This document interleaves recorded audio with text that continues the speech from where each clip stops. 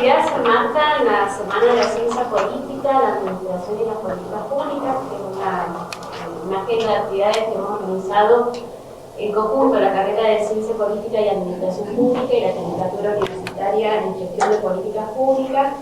Y bueno, y también se empalma, digamos, o concluye con la agenda de 40 años de la recuperación de la democracia, que queremos que esté presente en la agenda de la universidad. Entonces, también está organizada con el área de derechos humanos, ahí Silvana García, que quiero destacar que está la referente estudiantil del Centro de Estudiantes, la Secretaria de Derechos Humanos, Tamara Muñoz. Eso en primer lugar. Y bueno, por supuesto que nos interesa pensar la universidad, la propuesta de pensarlo, la democracia, la relación de la universidad y un proceso también de, no, o sea, 40 años desde la recuperación de la democracia, pero también en una mirada más amplia de 200 años, ¿no? De construirnos como país y poder definirnos y pensarnos de manera autónoma y en un proceso independiente y en un proceso de ampliación democrática que a nivel de la universidad creo que es territorial en algún punto, ¿no? Desde esas primeras universidades de la etapa independiente, la Universidad de Buenos Aires, en el proceso todavía de la Revolución de Mayo, y después más adelante la Universidad de La Plata. En cada época creo que la universidad ha ido acompañando, ¿no? las definiciones y los requerimientos y lo que también en algún punto el país pedía y necesitaba. En ese marco creo que bueno, hay que pensar también en nuestros hitos democratizadores, sin duda la reforma universitaria del 18 y también en la década del 50 la ley de gratuidad y la Universidad Obrera, creo que es uno de los grandes elementos de ese proceso de democratización en la universidad en el siglo XX. Y en ese marco digo todo esto para ahora sí referirme a la Universidad Nacional de Cuyo y a el origen de las carreras de esta facultad, que es la Constitución de 1949, en la cual uno de sus artículos señalaba o indicaba la misión de las universidades de formar, de brindar cursos de formación política, que no eran cursos, no ordenaba crear carreras de ciencia política, sino la forma estaba pensado e inspirado en ideas de Arturo Sampay, en esto de formar en las distintas carreras cursos para la formación política y pensado después ya más internamente en la Universidad Nacional de Cuyo, la ordenanza, que creo que para implementar este precepto constitucional, cursos de formación para la dirigencia política y social, ¿no? Entonces, ahí hay un aporte en un contexto democratizador, digamos, de la Universidad Nacional de Cuyo, también vinculada a ese proyecto del país. Me interesa destacar eso. De ahí devino después la expansión de nuestras carreras, ¿no? Una licenciatura en Ciencias Políticas y Sociales, que fue la base para después posteriormente el proceso ya de diferenciación disciplinar de la licenciatura en Ciencia Política y Administración Pública, de la Sociología también, que son las dos carreras que estaban implicadas en esa primera licenciatura. Y en particular en relación con nuestra carrera, la Ciencia Política, los planes de estudio siempre son muy diversos los planes de estudio de Ciencias Políticas, pero en nuestra universidad siempre estuvo pensada en relación de la política y el Estado, ¿no? La ciencia política y la administración pública, de acuerdo al régimen político, a la batalla de nuestro país. Eso a veces fue más administración pública, a veces más ciencia política, pero bueno, está siempre presente en el diálogo de historia de la disciplina en Cuyo con el tema de la democracia. Entonces, poner en valor la tradición de nuestra carrera y por otro lado, y la convocatoria y la alegría que puedas haber llegado a Mendoza, ya terminando en términos presentes y más coyunturales, la importancia que estés acá para pensar hoy la relación democracia y universidad, es un delicado, cuál es el puesto en cuestión, ¿no? La política, los y las quienes hacen política, incluso las instituciones de la democracia representativa, y no solo la democracia representativa, sino hasta las universidades, desde el alto cuestionamiento, ¿no? Que hay hoy frente a la política y a un Estado que promueve y fortalece, ¿no? la posibilidad de acceder a derechos. Creo que el juego democrático está, con algunas expresiones que hemos tenido este año, está al límite. Entonces la universidad señalada, y necesitamos defender la universidad pública, pero además de eso, pensándolo quizás en un sentido inverso, también pensar a la universidad, a todo este cúmulo de una tradición democrática en las universidades, también para defendiendo la democracia, obvio, ¿no? En esto y apoyándonos no solamente en el reconocimiento social que tiene la universidad y que es un tesoro y que hay que cuidarlo, que hay que honrarlo, no solamente pensando en eso, sino en la red que hoy implica instituciones universitarias en Argentina y que hace que estemos presentes en cada provincia y incluso dentro de las provincias como parte de un proceso de territorialización de la universidad, garantizando el derecho a la educación superior en cada rincón del país.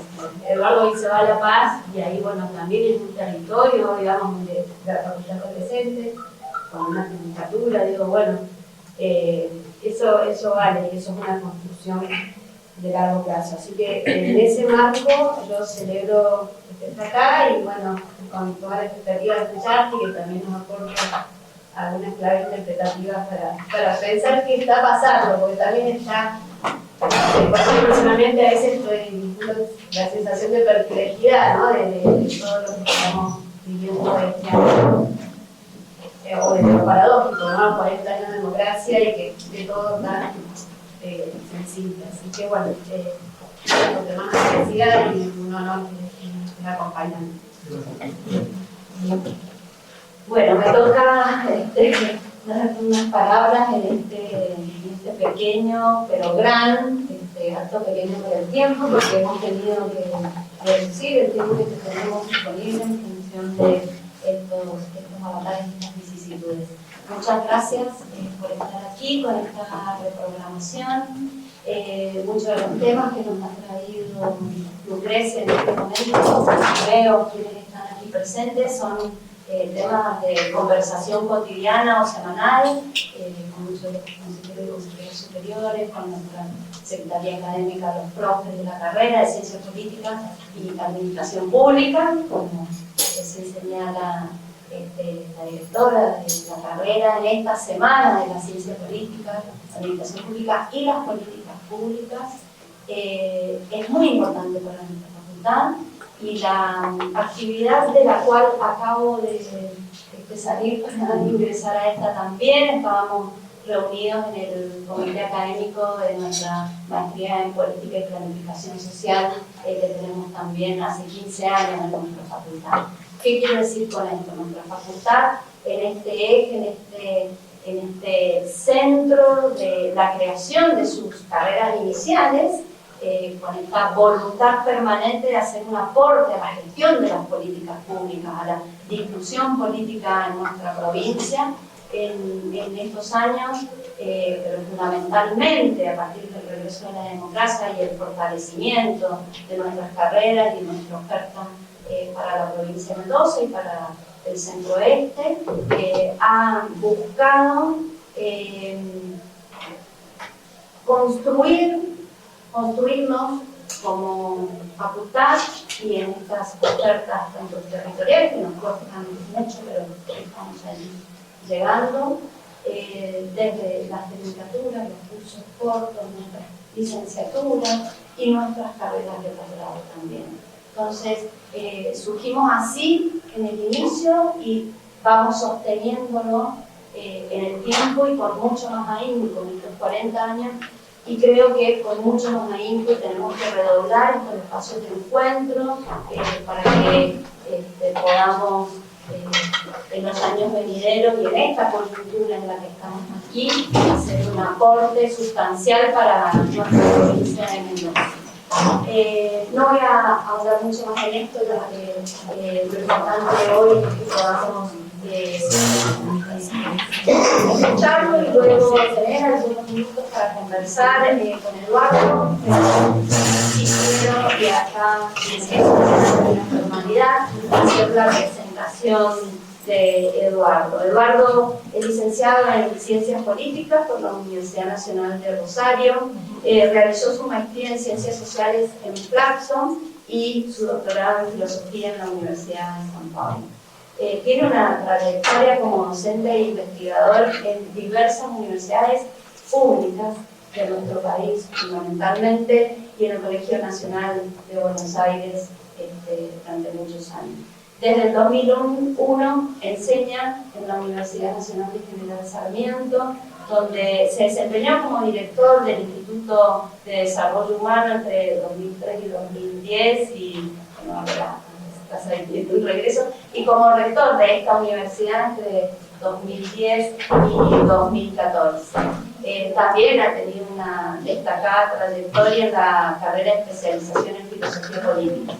Es autor de una docena de libros de teoría social y filosofía política, entre lo que se destaca: Democracia, las ideas de una época del 2023, muy reciente; Si el hombre va hacia el agua, también del 2023, muy reciente; Universidad y democracia, 2020; Actores y soldados, 5 ensayos amletianos del año 2016; Filosofía y política de la universidad, del 2015; Muñecas rusas, 3 lecciones sobre la República, el pueblo y la necesaria falla de todas las cosas, del 2013; Las máscaras de Jano, Notas sobre el drama de la historia, del año 2009; y Política y tragedia, Hamlet, entre Maquiavelo y Hobbes, del año 2003, entre muchos otros, como ya hemos señalado.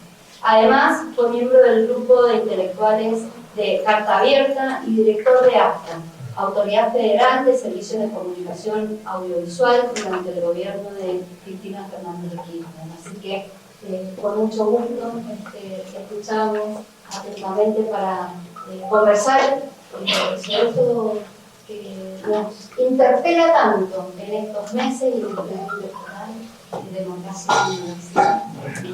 Bueno, muchas gracias a ambas, una alegría estar aquí en Mendoza. Lamento los avatares aeronáuticos que escapaban de nuestras manos, pero me alegra mucho haber podido venir para acá y estar con ustedes.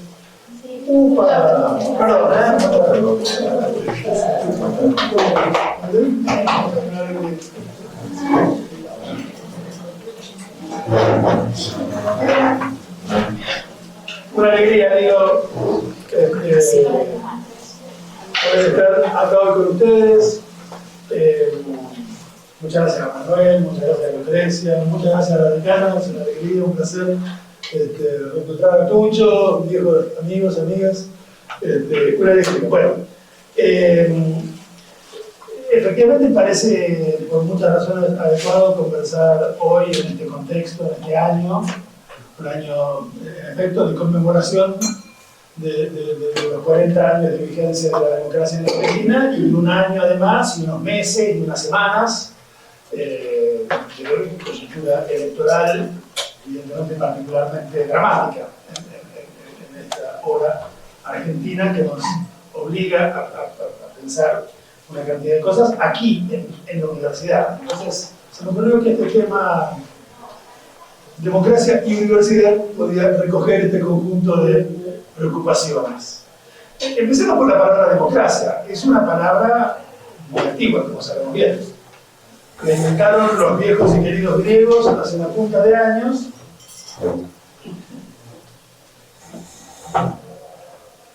Y ciertamente no dejó de portar desde el inicio mismo de su historia, en la antigua Grecia de hace una punta de años, un conjunto de problemas y de tensiones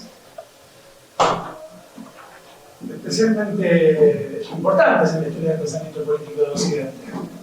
Para decirlo rápido, para los griegos la palabra democracia no era exactamente una buena palabra. Sin duda, la palabra democracia recogía una preocupación por la dignidad ciudadana, digamos, que la ponía en principio del lado de las cosas buenas de la vida, pero traía consigo una serie de problemas muy grandes que la ponían del lado de las cosas preocupantes de la vida. Y la verdad es que los griegos, por lo menos que nos llegaron a nosotros, hay un montón de griegos que no nos llegaron a nosotros, porque no sabían escribir, o porque sus escritos se perdieron por ahí. Yo estoy bastante seguro de que a los campesinos griegos y a los marineros griegos y a los pescadores griegos y a los criadores de cabritas griegas, la democracia les parecía bastante bien. Era un sistema que les daba a todo el mundo, empezando exactamente por los ciudadanos pobres, una posibilidad de tomar la palabra en las asambleas, de decir lo que pensaban, de escuchar y ser escuchados, y hasta de formar parte, por la vía del voto, del proceso de toma de decisiones sobre los asuntos de interés común. Sin embargo, los griegos que sí llegaron a nosotros, que eran los que sabían escribir, entre los cuales se cuentan los filósofos, tenían algunos problemitas con la democracia. Y no solamente el mala onda de Platón o el oligarca de Jenofonte, sino incluso el compañero Aristóteles, indudablemente el más buena onda de los tres, que no ponía la democracia, como recordamos bien, se recordaba en nuestras clases de teoría política 1, del lado de los regímenes justos de gobierno, sino muy por el contrario, de los lados de los regímenes corrompidos, injustos, inadecuados de gobierno. Yo diría que por dos razones. Una la explicita el propio Aristóteles, dice, so pretexto de ser el gobierno de todo el mundo, la democracia termina siendo el gobierno de clase de los pobres, que en todas las ciudades conocidas son la mayoría, ¿no? Y que son pobres, interesados, apasionados y despreparados para gobernar. Y la verdad de la milanesa es que a lo largo de la historia de la palabra democracia, ¿no?, en los 25 siglos que lleva la militancia en los lenguajes políticos de Occidente, esta idea de que la democracia es el gobierno del populacho interesado y despreparado es una constante en la mala fama, ¿no?, que ha conquistado la palabra democracia a lo largo de los siglos y de los milenios. Lo otro que Aristóteles no explicita con tanta claridad, pero que forma parte de las investigaciones recientes, por ejemplo, de nuestro amigo Julián Gallego, un historiador argentino sobre los asuntos de la historia griega antigua, formidable, que recomiendo mucho leer, es bárbaro. Julián, las cosas que está escribiendo son extraordinarias, y tiene por ahí un librito buenísimo que se llama La anarquía de la democracia, donde lo que dice Julián es algo tan simple y tan preocupante para los amantes del orden político, como que el principio mismo de la soberanía popular, que es el principio sobre el que se refiere la democracia, reclama que el poder del pueblo, el kratos del demos, sea el poder más grande en la ciudad y no esté limitado, por lo tanto, ni por los usos, ni por las costumbres, ni por las leyes, ni por las tradiciones, ni por la constitución, lo cual, dice Gallego, es el sinónimo mismo, o cuanto menos la antesala de la anarquía, ¿no? Anarquía, palabra griega, falta de principios de organización del orden político, es lo que tenemos si le damos al pueblo la soberanía plena sobre su propio destino. Entonces, porque la democracia es el gobierno del populacho pobre y despreparado, y porque la democracia es, para decirlo académicamente, un despelote, la palabra democracia, la verdad es que ha surcado los siglos como una mala palabra de los lenguajes políticos dominantes en Occidente, ¿no? En Occidente y en la Argentina, hasta entrado el siglo XX, ¿no? Hasta entrado el siglo XX, en personajes tan distantes entre sí, como el derechista Leopoldo Lugones, para decirlo rápido, o el izquierdista José Ingeniero, ¿no?, para mencionar dos personajes muy característicos de las primeras décadas del siglo XX, que de chicos habían sido amigos, habían sacado juntos la revista La Montaña, ¿no?, en 1895, la revista socialista revolucionaria La Montaña, homenaje a los montañards franceses y momento fundamental en las escrituras anarquistas, ¿no?, de fin del siglo XIX, pero que después uno había hecho un giro hacia la derecha fascista y al final incluso católica, ¿no?, y el otro había seguido por una senda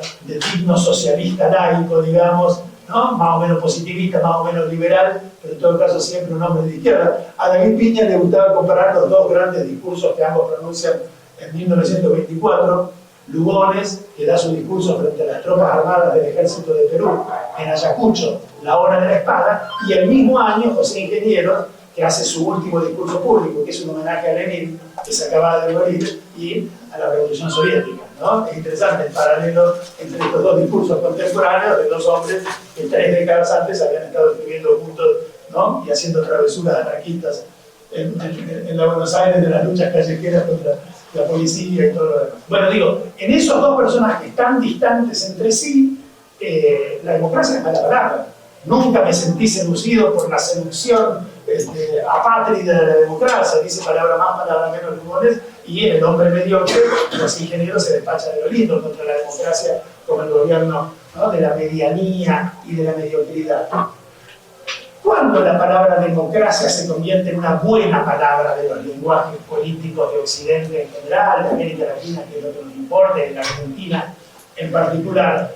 Yo diría no antes del fin de la Primera, y si me apuran un poquito diría incluso de la Segunda Guerra Mundial, cuando la palabra democracia, colonizada como todas las palabras por el liberalismo político dominante en Occidente desde hace 2 siglos, empieza a querer decir lo contrario de lo que dicen palabras tales como Hitler, Stalin, Pinochet o Videla. Quiero decir, cuando la palabra democracia empieza a ser usada como para decir lo otro de lo que decía en Europa la palabra totalitarismo, en América Latina la palabra dictadura, la palabra democracia adquiere la carta de ciudadanía de buena palabra, que la vuelve una palabra, como dice el historiador inglés de las ideas John Donne, en uno de sus preciosos libros, ¿no? Tiene un librito que se llama justo así, Democracia, y dice: la democracia es hoy una palabra tan buena de nuestros lenguajes políticos que se ha vuelto casi obligatoria y que nadie puede ingresar en una discusión sobre política sin empezar por aclarar que está del lado de la democracia,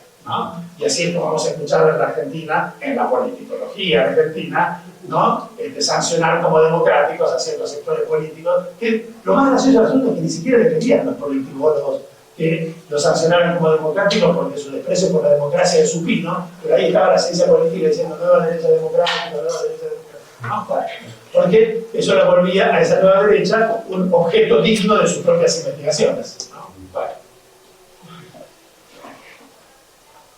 Claro que cuando la palabra democracia adquiere este significado contemporáneo, digamos, ya no es la democracia tumultuosa, desordenada, anárquica y de clase de los antiguos griegos, sino que es algo mucho más prudente, que es lo que hemos aprendido en nuestros estudios universitarios. Los míos coincidieron año a año con los del proceso de transición a la democracia en la Argentina después de la dictadura. Yo empecé a estudiar en la dictadura en el último año de la dictadura y atravesé todo el proceso de transición a la democracia, aprendiendo que la democracia era ¿qué cosa? Un sistema de reglas de juego en virtud del cual periódicamente elegimos a un conjunto de señores y de señoras que habrán de deliberar y gobernar en nuestro nombre, principio de la representación. Atrás de eso se escuchan los ecos de los papeles del federalista, de Hamilton, Madison y Jay, ¿no? La idea de que es posible construir una república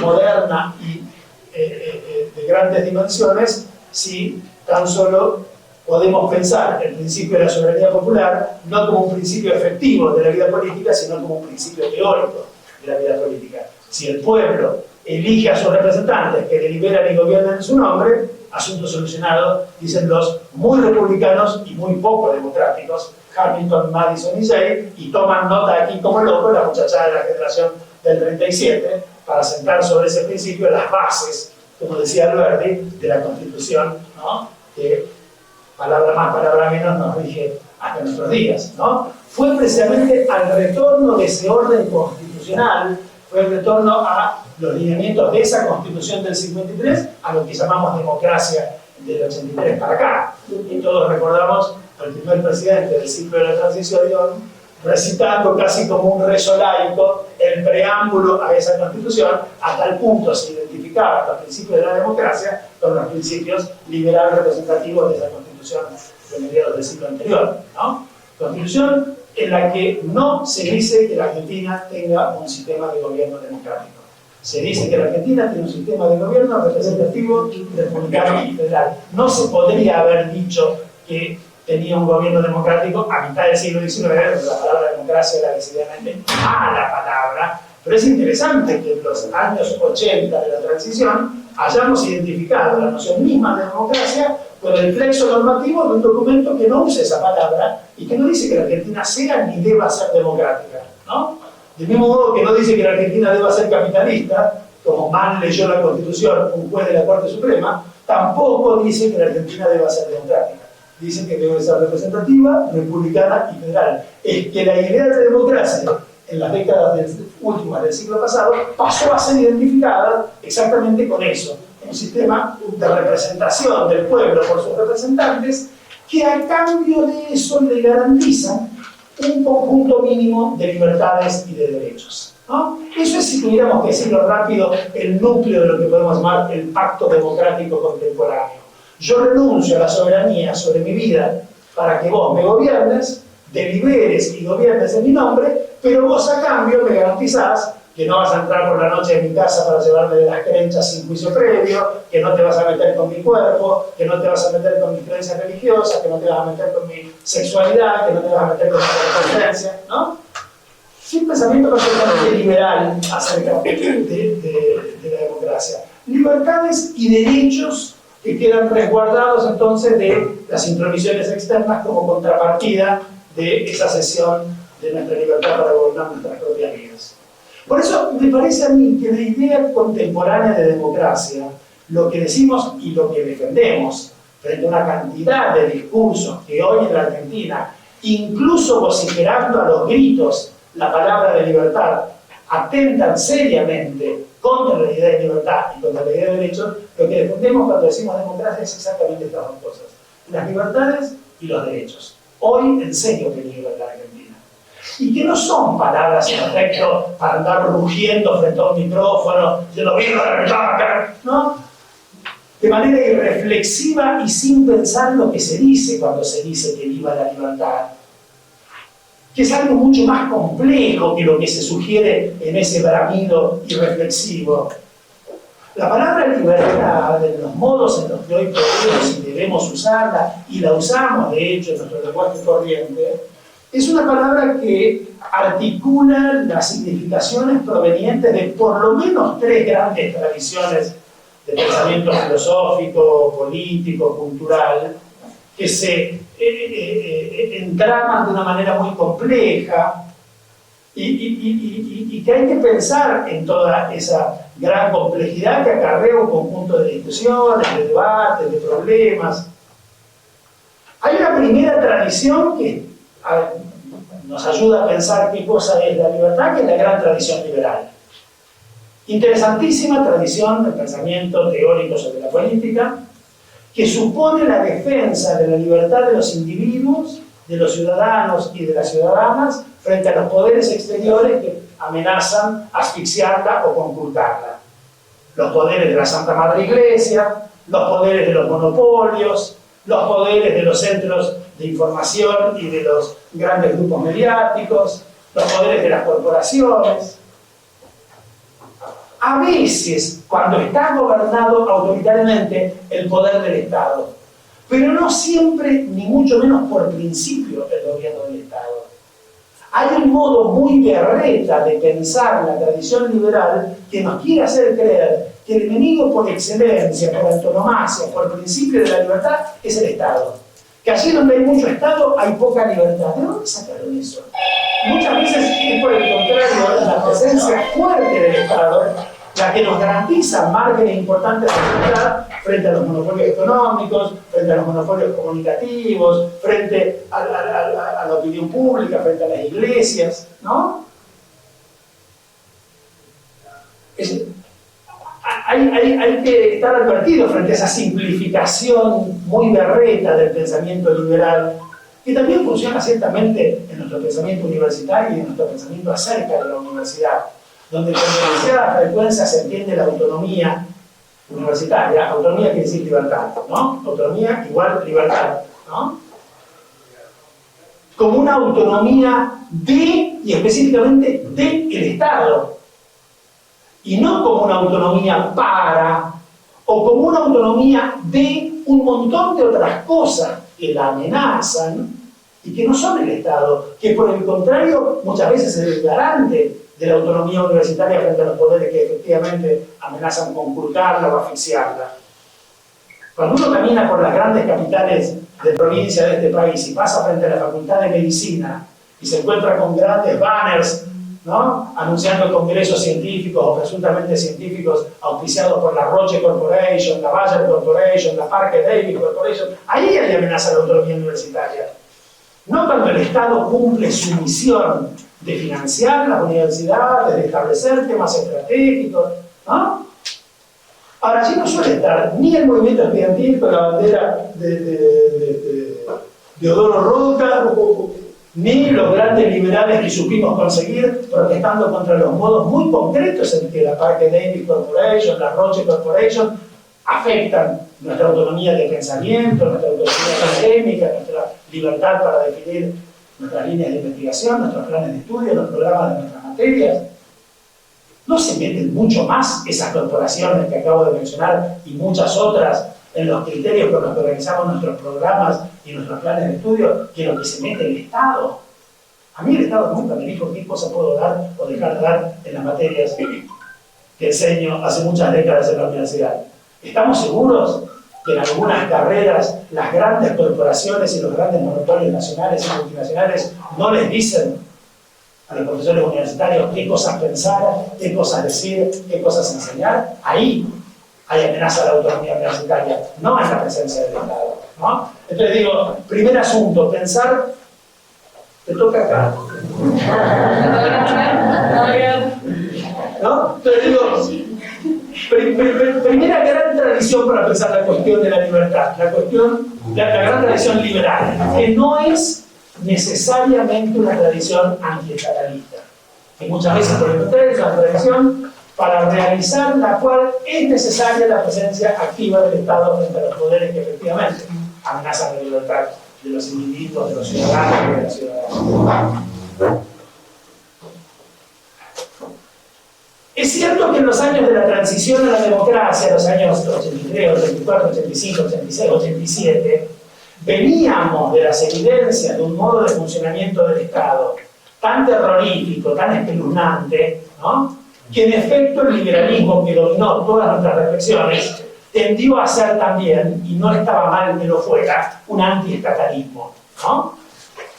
La película más vista en el cine argentino de los años 80 fue la película Camila, ¿no? Quiero decir, una película, como dice Túnel Perindolfi por ahí en un artículo que está muy bien, una película sobre la dictadura de Rosas que todos vimos como una película sobre la dictadura de Videla, ¿no? En efecto, esa película de la muy liberal María Luisa Bernberg, ¿no?, expresa un tipo de pensamiento contra la capacidad del Estado para meterse en la vida, en la sexualidad, en las costumbres, ¿no?, de la persona, que recogía algo del espíritu con el que nosotros habíamos pensado, o estábamos pensando, el horror que había sido la dictadura de Videla y compañía. Hay una segunda tradición para pensar la cuestión de la libertad, que es la que me gustaría llamar tradición democrática.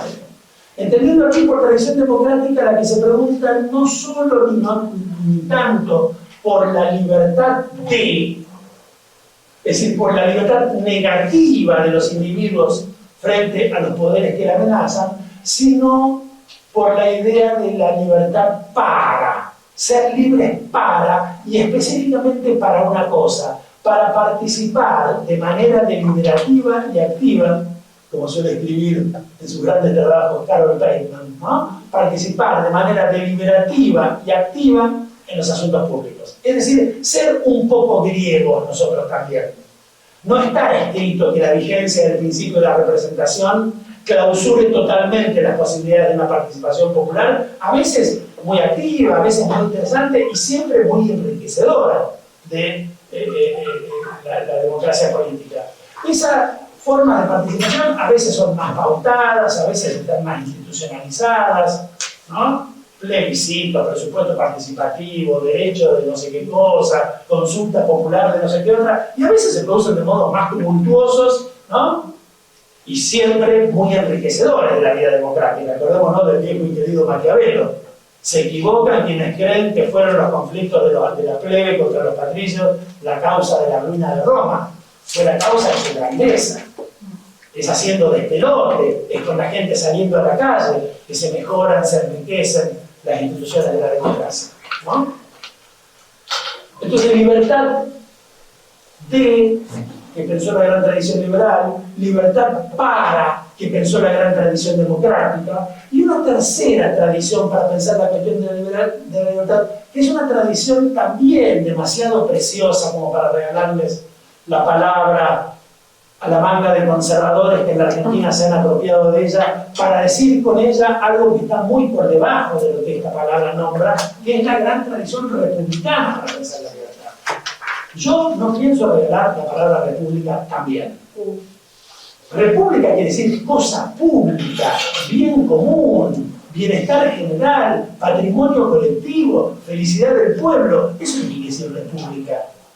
¿Cómo puede ser que se hayan apropiado de esa palabra los tipos y las tipas que cada vez que gobernaron este ISPA rifaron el patrimonio común, arruinaron el bienestar general, despreciaron la felicidad del pueblo y que tenemos que dar lecciones de republicanismo nosotros cada vez que abrimos la boca porque nos dicen, no, sucios populistas, ustedes no son republicanos de verdad?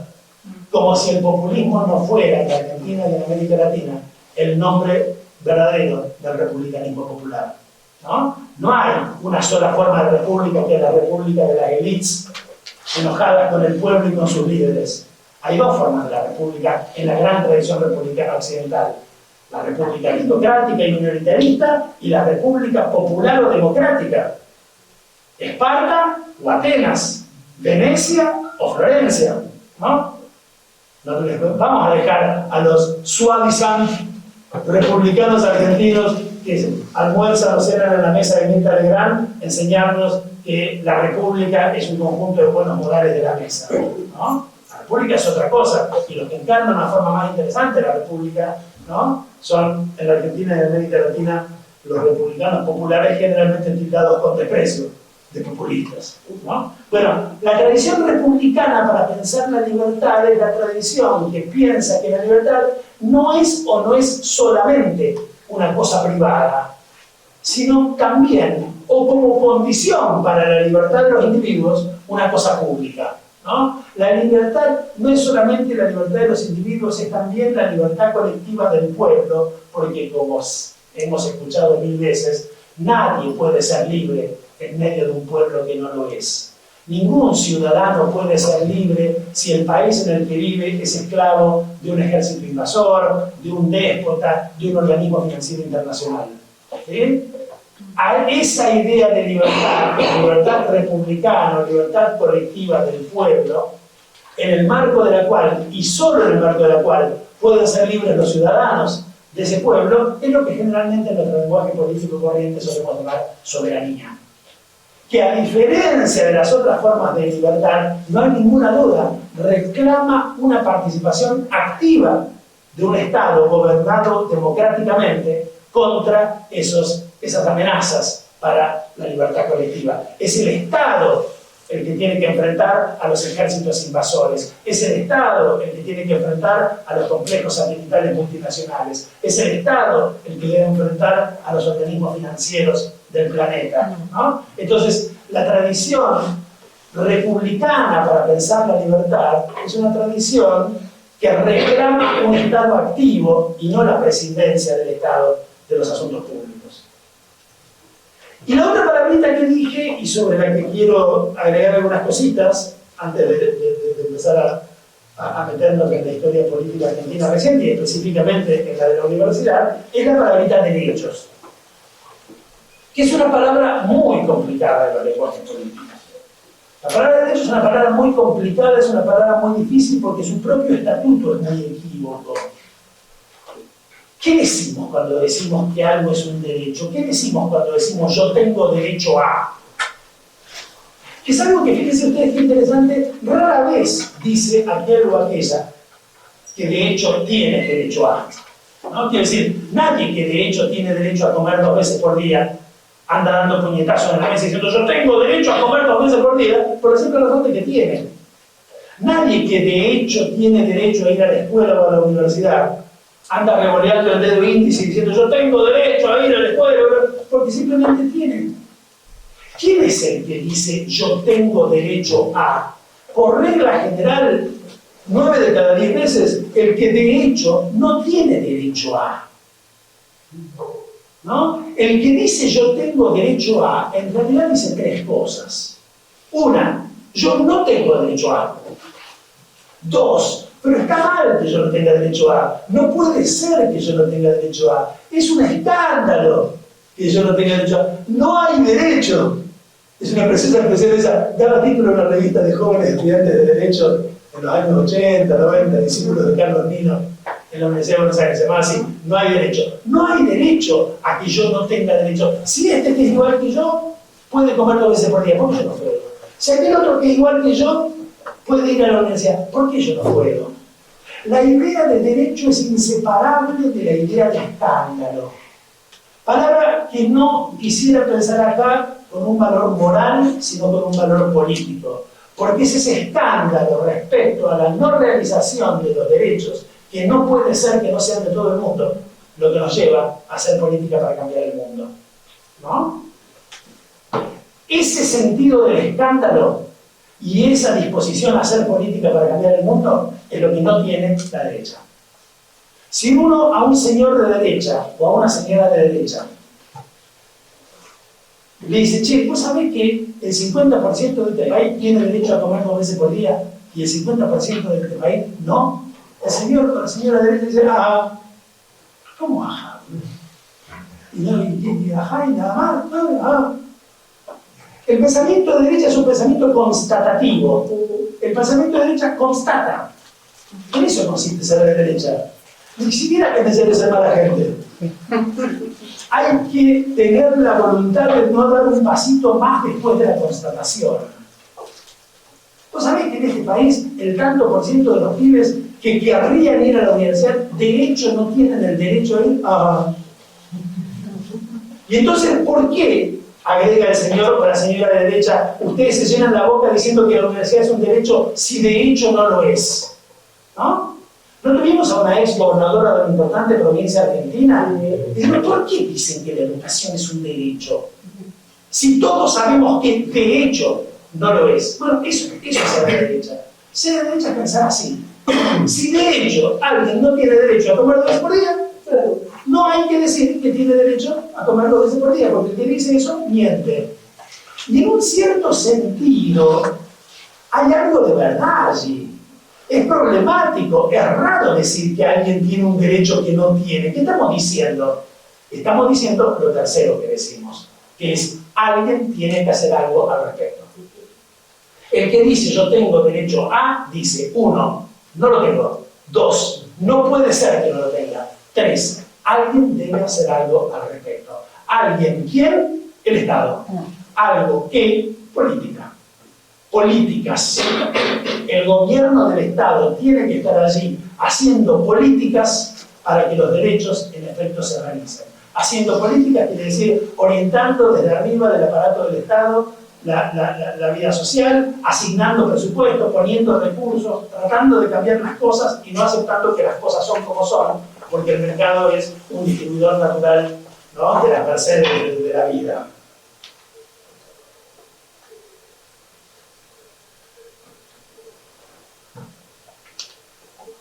Después vamos a dar algunos ejemplos, específicamente en materia de política universitaria, sobre lo mucho que hace la diferencia hacer política. No es verdad que no hace la diferencia hacer política. No es verdad que... A ver, ¿qué es lo escandaloso de esa frase que dijo la ex gobernadora Vidal? Y que hoy piensan más de 4, ¿no?, en las 2 fuerzas de derecha o ultraderecha, que son como calificadas, que tienen la ridícula ocurrencia de querer gobernar de nuevo este país. Por tanto no se lo vamos a permitir, pero tienen esa ridícula ocurrencia.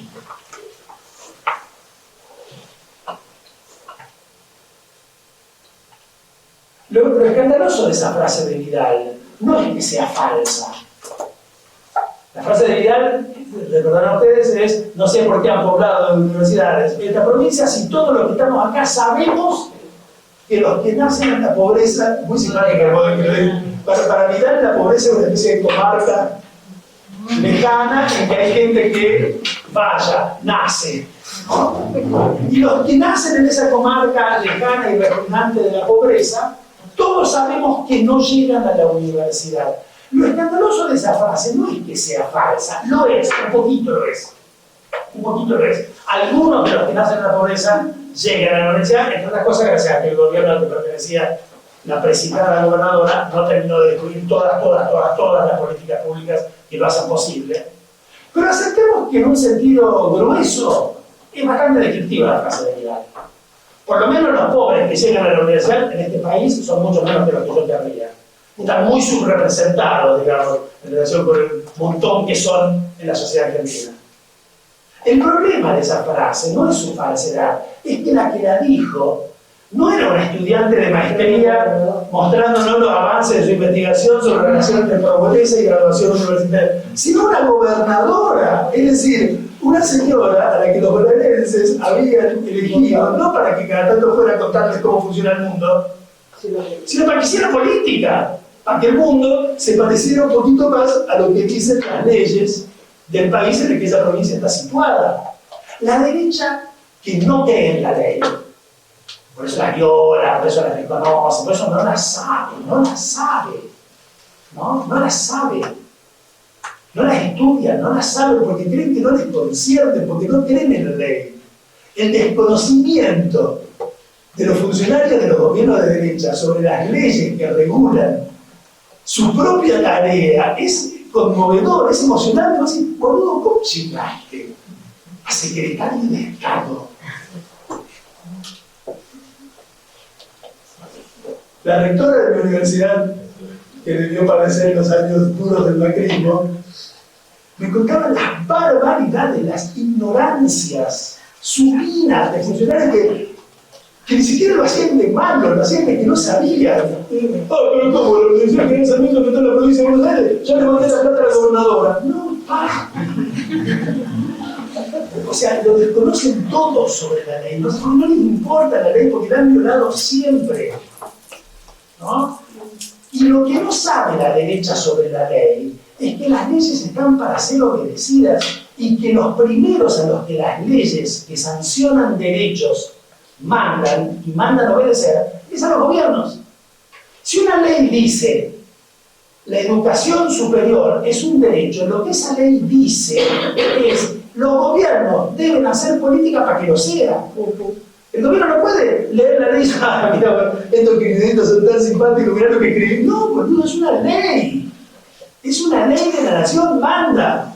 Así como no se puede cruzar el semáforo si está en rojo, si sos gobierno no podés no hacer política para que lo que dice la ley sea en el mundo. Eso es una ley, una cosa que manda a hacer cosas, ¿no? A la derecha cuando lo dicen, no, la ley no, aparte del relato, ¿viste? Le hicieron creer. Y lo pusieron a ley, como tenían circunstancialmente una mayoría en el Parlamento, mirá qué simpático que son. Ahora con ganancias.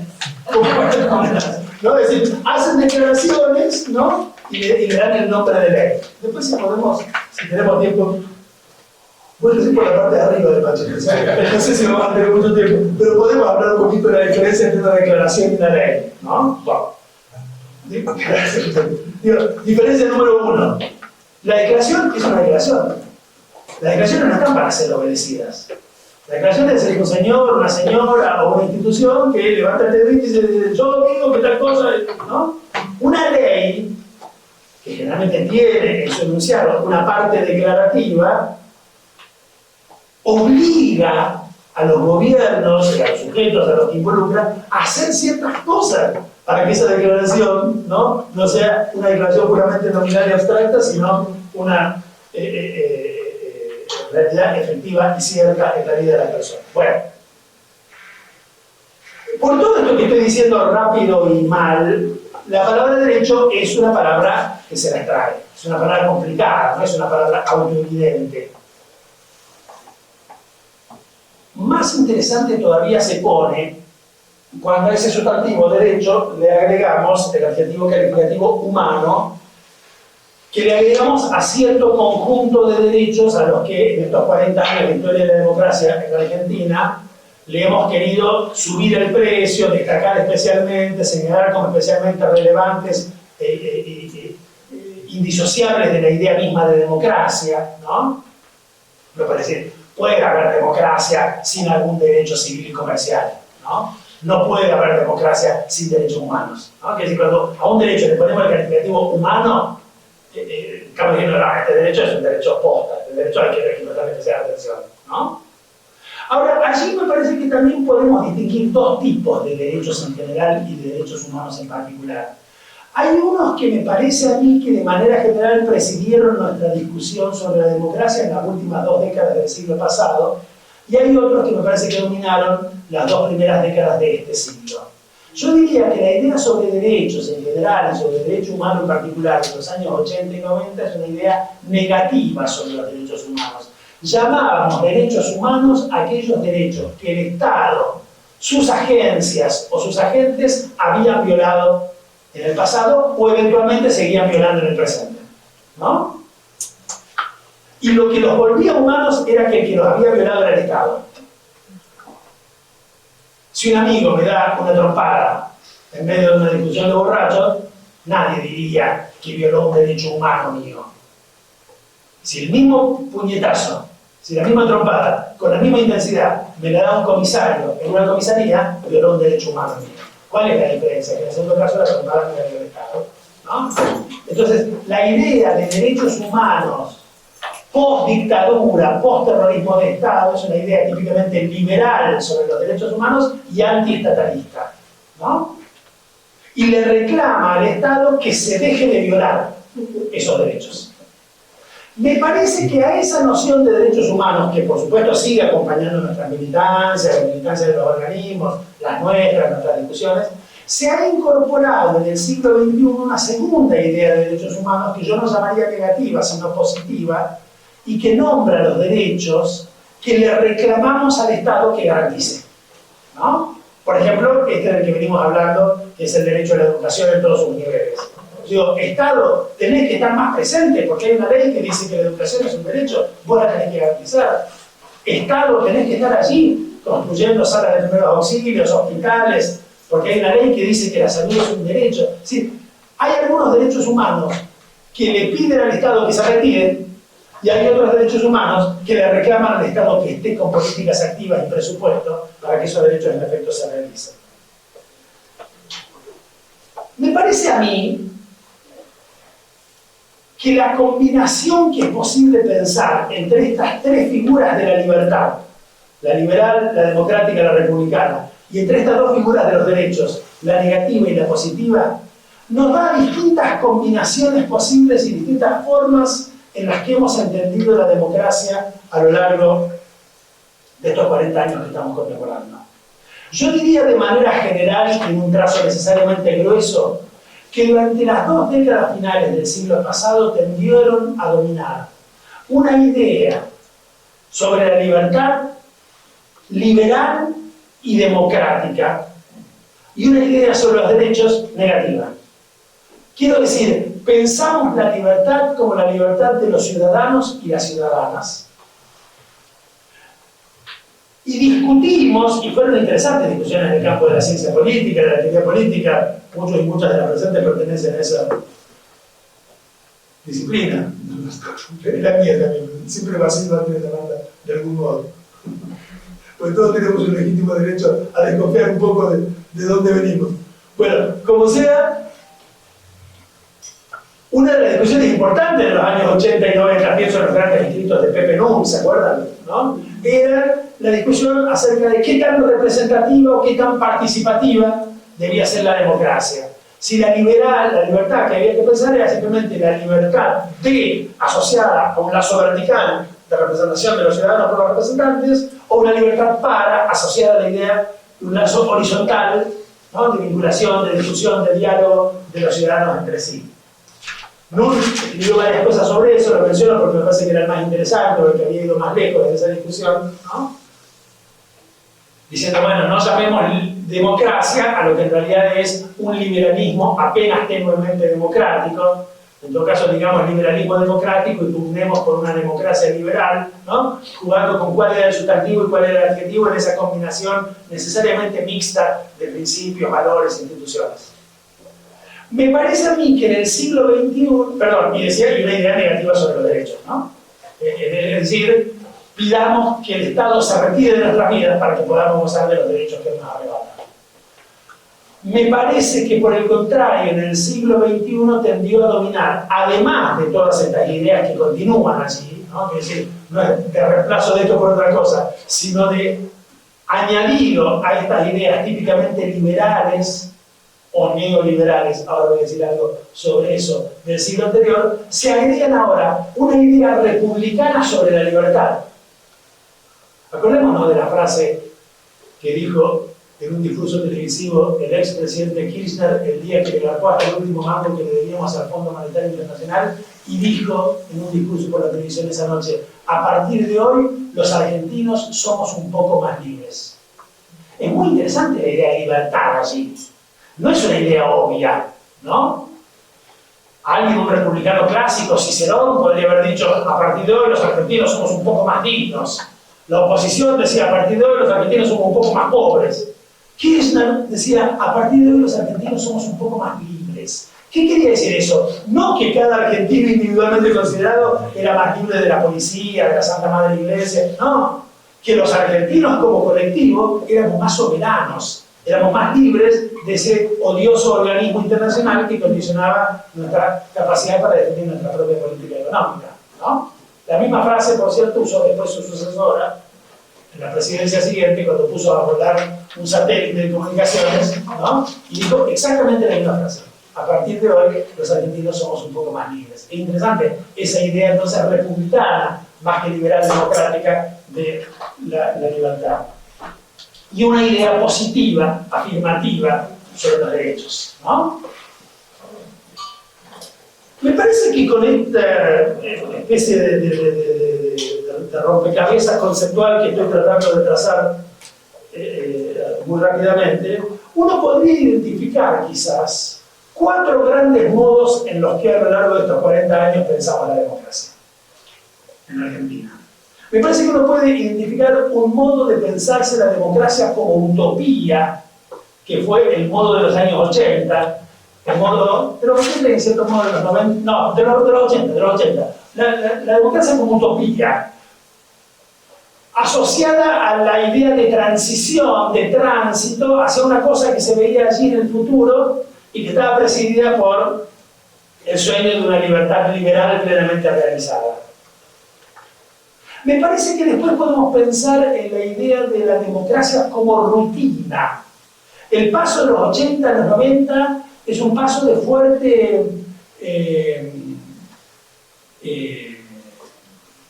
desangelización de la democracia, de fuerte desorganización de la democracia. La democracia se fue convirtiendo en una rutina indudablemente mejor que la brutal dictadura que no estaba tan lejos como que para que lo hubiéramos olvidado, pero que ya no tenía nada que ver con la utopía de que con la democracia se hace esto, se hace aquello, ¿no? Porque el discurso se había desplazado de los 80 a los 90 del plano de la política liberal al plano de la economía neoliberal, ¿no? Vuelta a un neoeconomicismo, ahora en clave neoliberal, que Ramón comentaba, desguazar el Estado, privatizarlo todo, etc., ¿no? En tercer lugar, la idea de democracia como espasmo. Dura poquito, los espasmos duran poquito. Son intensos y breves. Este duró de los últimos días de 2001 a los primeros meses del 2002, donde en efecto, por lo menos en la capital, no sé si en otros grandes centros urbanos como Mendoza, posiblemente un poco menos. Alguna vez dije esto mismo o algo parecido a esto en Río Gallegos, y dije, no, boludo, es un centralismo imperdonable, acá estábamos tomando mate. Pero como sea, ¿no? En el centro político del país hubo en aquellos meses tan intensos de fin del 2001, comienzo del 2002, la idea de una democracia asambleística, de una democracia fuertemente participativa, de una democracia indudablemente tumultuosa, ¿no? Que duró poquito, pero que fue muy intensa. Como si la idea de participación con la que el viejo Alfonsín había coqueteado un poco en su momento y después se había ido de mazo, hubiera vuelto por sus fueros, ¿no? Después de 2 décadas de despreocupación por la voluntad política, por la vocación política de la ciudadanía. Y me parece a mí que en el 2002, y con más fuerza en el 2003, comienza un modo de pensarse la democracia que tuvo avances y que tuvo retrocesos, uno muy notorio de 4 años, ni falta así decirlo, la democracia como un proceso de profundización, de universalización de esas libertades y de esos derechos de los que estamos hablando, ¿no? La verdad de la milanesa es que durante los años del kirchnerismo no se habló tanto de democracia en la Argentina como de democratización, ¿no? Era una idea más dinámica.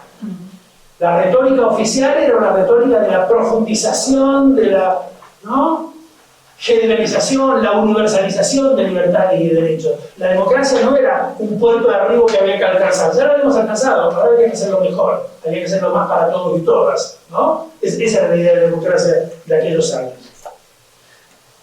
Sobre la base de esta idea, gracias, estoy bien,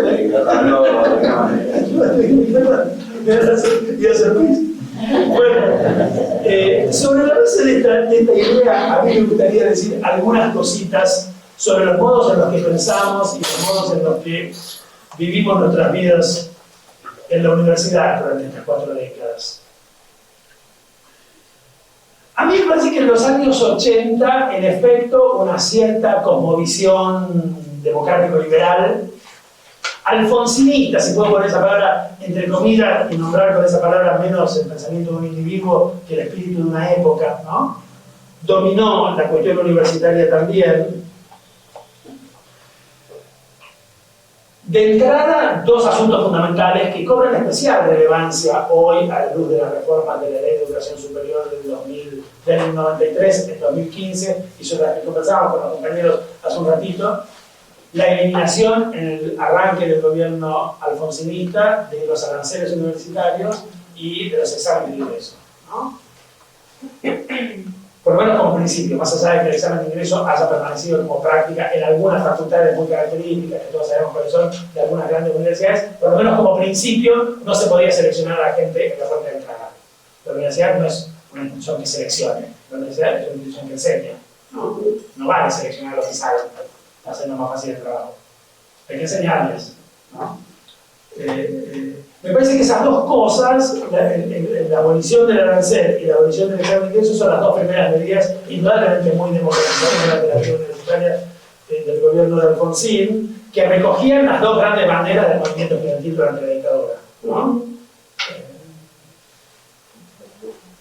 Yo, como yo empecé, les dije el último año, claro, el último año y medio, yo empecé a estudiar en la universidad en el 82, ¿no? Entonces, allí en el 82, galpábamos arancel y yo entré con el examen de ingreso, ¿no? Supongo que algunos de los menos jóvenes de los presentes habrán corrido una suerte similar. Y las banderas del muy tímido movimiento estudiantil de aquellos años era la eliminación de esas 2 cosas, el examen de ingreso y el arancel. Eso es lo que hace Alfonsín. Lo segundo que hace es, que no lo hace Alfonsín, lo hace simplemente la dinámica y la eliminación de los exámenes de ingreso y de los cupos. La universidad se llena de gente, ¿no? Los 80 son años de fuerte crecimiento, no del sistema universitario que no crece en los 80, sino de la población universitaria en el puñado de universidades que había en el país, que ya era un puñado un poquito más grande que algunas décadas atrás. Ya había habido un primer movimiento muy fuerte de creación de universidades con el plan Taquín de fines de los 60, comienzos de los 70, de modo que las universidades argentinas ya no eran las 9 universidades, ¿no?, pre-Taquini, sino que eran ya ahora unas 15, 16, 17, no me acuerdo bien, en muchas ciudades del país, que en efecto se llenan de gente, ¿no?, que había estado imposibilitada de cursar sus estudios universitarios por toda una combinación de razones: examen de ingreso, que lo hacía muy difícil, aranceles, que para algunos lo hacían imposible, censura, represión política, persecución en los claustros. Las universidades se llenan de gente. Eso obliga también a los estrategas de la vida universitaria a imaginar mecanismos para lidiar con esa cantidad de gente. Yo no sé si ustedes se acuerdan, yo me acuerdo del artículo en La Razón de la Tarde de aquellos años, un artículo de Torcuato Di Tella explicando que el gran mérito del ciclo básico común de la universidad más grande del país era que dejaba fuera un montón de chicos sin necesidad de tomarles exámenes, ¿no? Claro, había que procesar eso. ¿Cómo hacía la Universidad de Buenos Aires para recibir, no sé cuántas docenas de miles de pibes por año, a los que por supuesto no podía después atender con los recursos edilicios y docentes que tenía, pero a los que no podía echar antes de empezar por la vía de un examen de ingreso? Entonces había que inventar mecanismos que fueron mecanismos a la larga muy interesantes, ¿no? En su historia posterior, el ciclo básico común de la UBA sigue hasta hoy y nadie dirá que no es una cosa interesantísima, pedagógico, etc., ¿no? Y ciertamente dos cosas más que apunto muy rápido sobre la universidad en aquellos años 80. Uno es la regularización de las situaciones de cantidad de profesores, los llamados a concursos, la normalización de la vida universitaria. Saliendo de la dictadura hubo rectores organizadores, ¿no? Normalizadores, se decía, ¿no? Organizadores de la historia arranca. Acá eran normalizadores de la situación anormal de la dictadura, que debieron llamar a concursos, ¿no? Para después regularizar nuevamente la situación. Esos concursos fueron políticamente muy importantes, se trataba de validar o no validar las situaciones de cantidad de docentes que habían trabajado durante los años de la dictadura, ver qué se hacía con aquellos que no habían podido laburar durante los años de la dictadura, que habían padecido el exilio interno, el exilio externo. O sea, por esa vía, ¿no? Fuerte democratización también de la vida docente en la universidad, y en general una vida política muy intensa en la universidad en aquellos años 80, ¿no? En medio de un país donde había una vida política muy intensa, ¿no? Muy entusiasmante, muy dinámica. La universidad fue un centro, ¿no? Como lo había sido tradicionalmente en la historia política argentina, muy activo de discusiones, de problematización, de acompañamiento y de crítica a las orientaciones de la política del gobierno nacional, etc. Me parece que en el pasaje de los 80 a los 90 asistimos a un conjunto muy importante de transformaciones en la universidad. El pasaje de aquellos años lo digo de nuevo rápido, liberalismo político a los años de neoliberalismo económico, si puedo decirlo así. Yo no haría coincidir ese pasaje exactamente con el pasaje del gobierno de Alfonsín al gobierno de Menem. Me parece que la década menemista empieza un poco antes de que Menem llegue al poder político gubernamental. Quizás uno podría decir, ¿vieron que Eric Hobsbawm dice por ahí que hay siglos cortos y siglos largos? Que el 19 es un siglo largo que empieza en el 89 y termina en el 17, y que el 20 es un siglo corto que empieza en el 17 y termina en el 89. A mí me gusta decir en broma que hay décadas cortas y décadas largas. En Argentina los 80 son decididamente una década muy corta. Empieza en el 82, 83, digamos, después de la derrota militar en las Malvinas.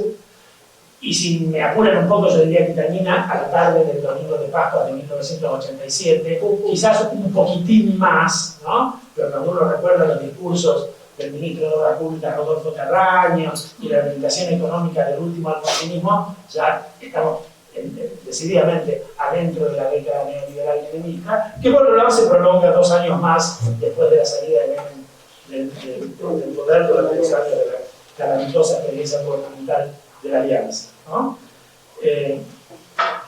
Entonces, yo diría, hay allí una lógica neoliberal para pensar la vida, la política, el mundo, un fuerte predominio de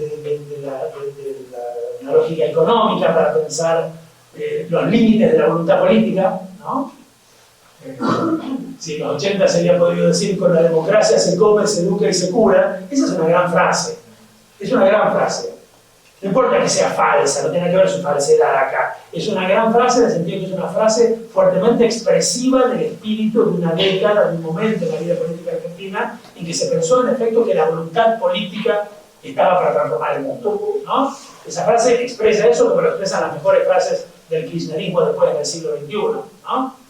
Es con la democracia, es con la política que vamos a producir las transformaciones.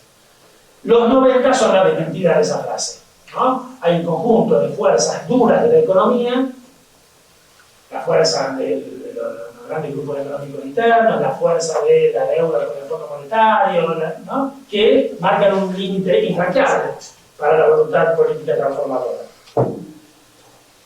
Esa lógica neoliberal empieza a gobernar fuertemente también la vida de la universidad. universidades, ¿no? Ahora voy a decir algunas cositas, pero todos recordamos que fue en los años 90 cuando empezamos a hablar en las universidades un lenguaje muy parecido al que hablábamos en los bancos. Intereses, puntos, créditos, ¿no? No era raro, al fin y al cabo era un banco el que estaba financiando todo eso, el banco más importante del planeta, ¿no? Con sus programas de, en efecto, fuerte reconversión del sentido mismo de la vida universitaria. Me gustaría decir quizás tres cosas más concretamente sobre esos años. Uno, la importancia de la Ley de Educación Superior del año 1993, que no restablece el arancelamiento universitario, pero que deja abierta la puerta a que las universidades busquen recursos propios, entre otras vías por la del arancelamiento, ¿no?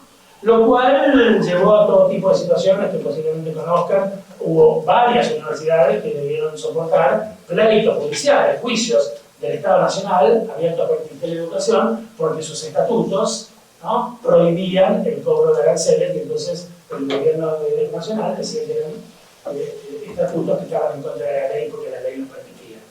La Universidad en la que yo trabajo, la Universidad Nacional de General Sarmiento, acababa de sancionar su estatuto, había sido creado en esos mismos años, ¿no?, y había puesto expresamente que los estudios de grado eran gratuitos. Y el Ministerio de Educación y Nación le hizo un juicio, ¿no? Y ese juicio lo sostuvo la universidad durante muchísimos años, décadas en rigor, hasta que mucho tiempo después llegó a la Corte Superior de Justicia, que le dio la razón a la universidad, ¿no?, que dijo que la universidad tenía autonomía para decretar la gratuidad de sus estudios de grado. Pero, quiero decir, fue un vector muy importante de la política universitaria de aquellos años del menemismo, no suponer que el financiamiento de las universidades públicas debía ser exclusivamente del Estado, ¿no?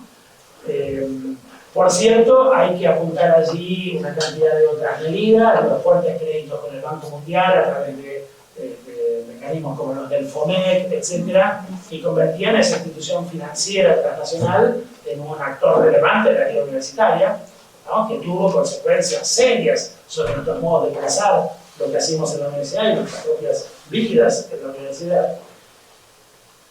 Y ciertamente la aparición, la creación en el organigrama del Ministerio de Educación de la Nación de la Secretaría de Políticas Universitarias, ¿no?, con una gran capacidad para operar desde el gobierno del Estado sobre el sistema universitario, ¿no?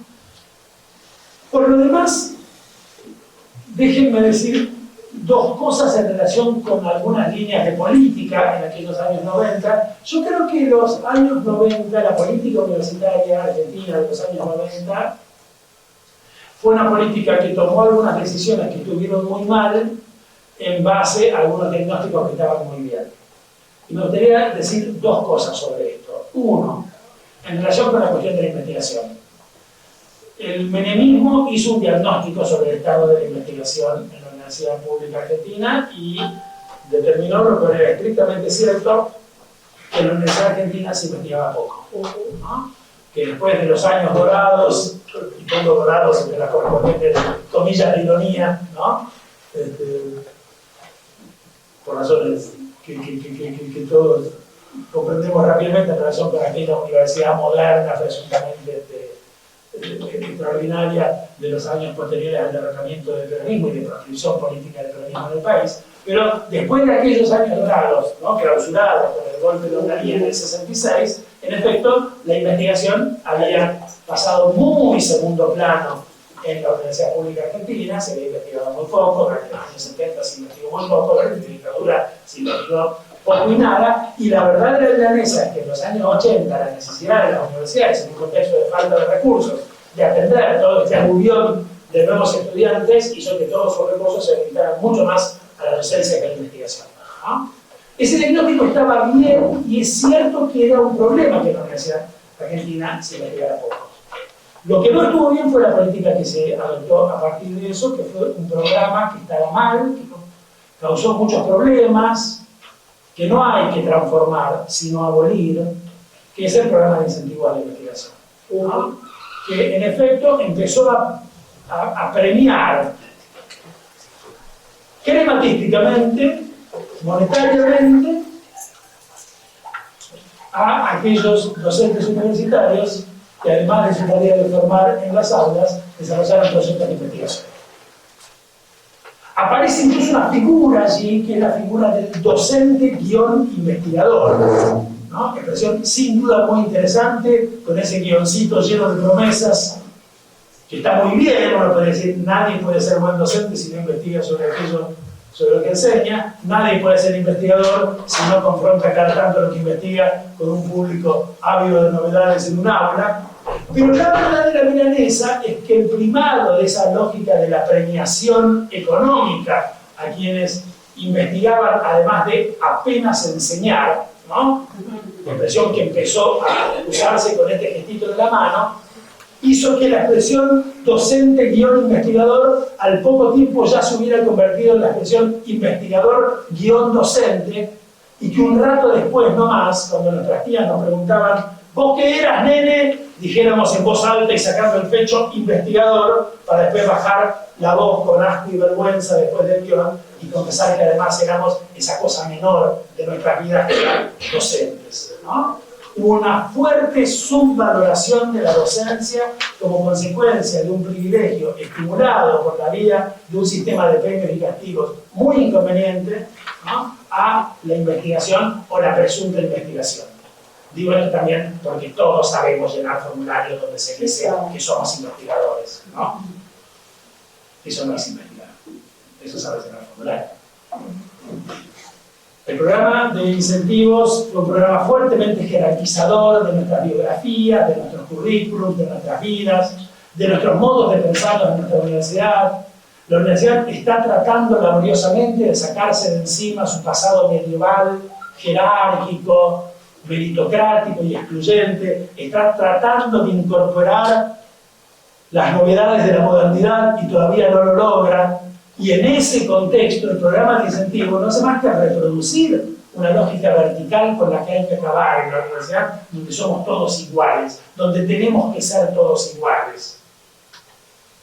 La universidad tiene que ser una comunidad de iguales, como dice un filósofo francés contemporáneo que a mí me gusta mucho. ¿Qué es eso de gente A, B, C, D, 1, 2, 3, 4? Hay gente amiga mía que dice que es categoría 2 del programa de incentivos. Yo ¿cómo? El verbo ser.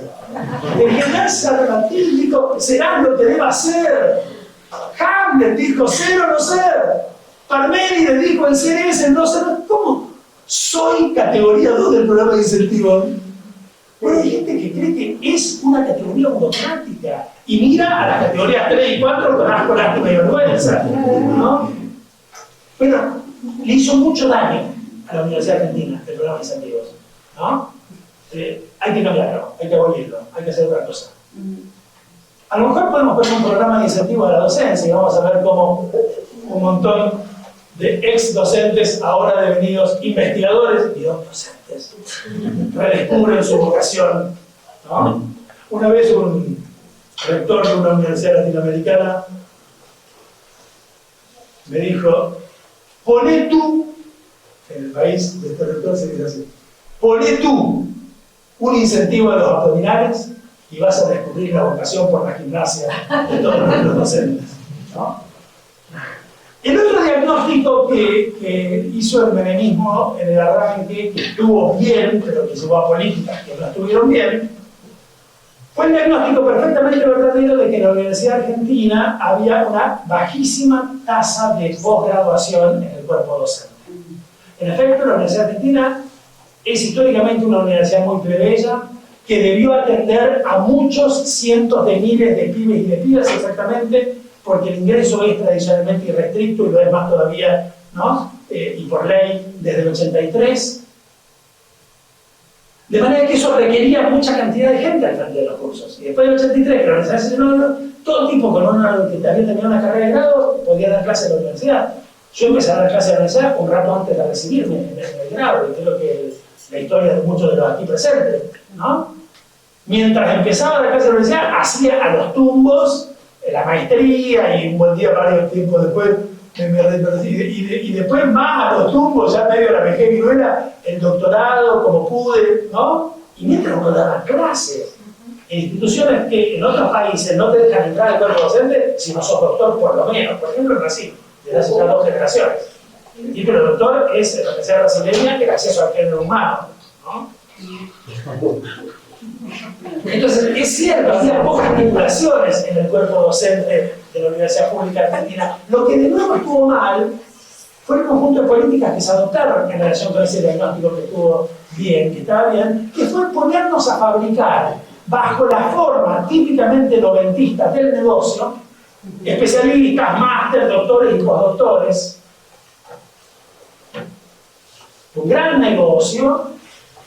Por supuesto, fabricar un especialista, un máster, un doctor o un postdoctor es muy laborioso para empezar, porque eso requiere que haya por lo menos antes un especialista, un máster, un doctor o un postdoctor que les pueda hacer de tutor, de director de tesis, de profesor en los cursos. Y como lo que no teníamos eran especialistas, máster, doctores y postdoctores, hubo además que fabricar mucho, que fabricarlos rápido.